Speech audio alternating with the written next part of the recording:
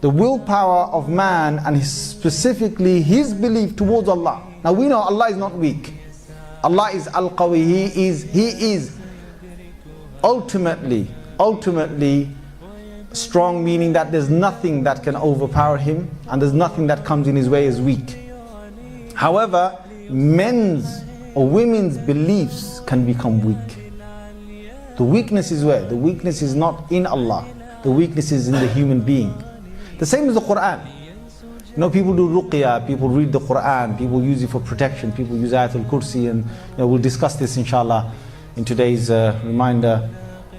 The weakness has never ever been in the Quran, never. People question it, subhanallah, people even question that. They say, how comes in the Sahaba time, like if you look in the time of the Sahaba, radiallahu anhum ajma'in, they, according to a hadith of Bukhari, there was 30 different companions passing by a village, and there was a person that was bitten by a snake, and they said, Hal minkum min raqin, is there anyone that can cure someone from snake poison? So the Sahaba said, okay, if we do this, what will you give us?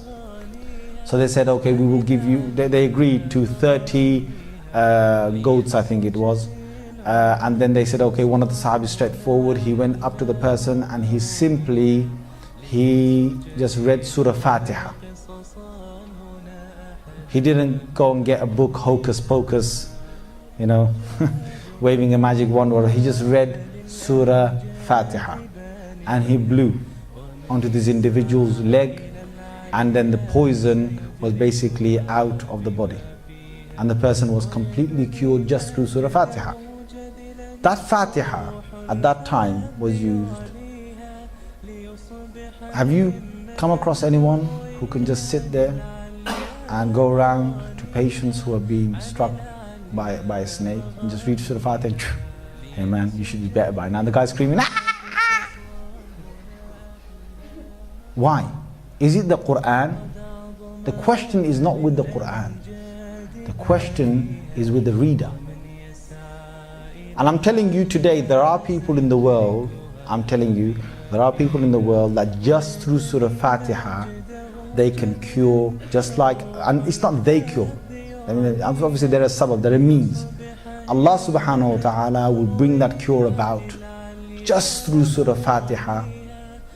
And there are people still alive in this world today, but they're very rare. Most of us would probably need a lot more to read than that just to get that cure to come about. The cure, we don't bring the cure, obviously Allah brings the cure, it's His words of the Holy Quran. But the one thing that I want us to understand is that the Quran in no way is any lesser in degree of power than what it was in its time of revelation. It's actually exactly the same power. But the power of the Quran, when it comes to ruqyah, when you want to blow onto someone because they are affected by something, the power of the Quran is contingent upon the nature of the body that reads it. See, the body that reads it, it depends on the a'mal and the good action that the body does, and the purity of the heart. The more pure the heart is, the more grounded the beliefs of the Quran Sunnah are, the greater the actions are being performed by that body, the limbs of that body, the tongue of that body, the eyes of that body. The more that the eyes of that body have stayed away from obscenity, from evil looking, the more the ears have stayed away from haram, and the tongue has stayed away from lying and ghiba and haram, the greater the effect of that will be, of that reading will be when they read. And just to give you that incident, there was one person who related this to me himself. I even met his father, who also confirmed this. So I'm not giving you some story, because one thing that happens with these things is that you could start a story off right now, and by tomorrow I tell you it'll be better than the news of the world. I tell you, you can start a little story here. You can just say, I went to the wudu area and I saw something move. Yeah, just tell that to someone. Yeah. The next guy will start, it's Chinese whispers, yeah? The next guy will say, you know what, he went to the wudu area and he saw something move right by his side. He saw a shadow.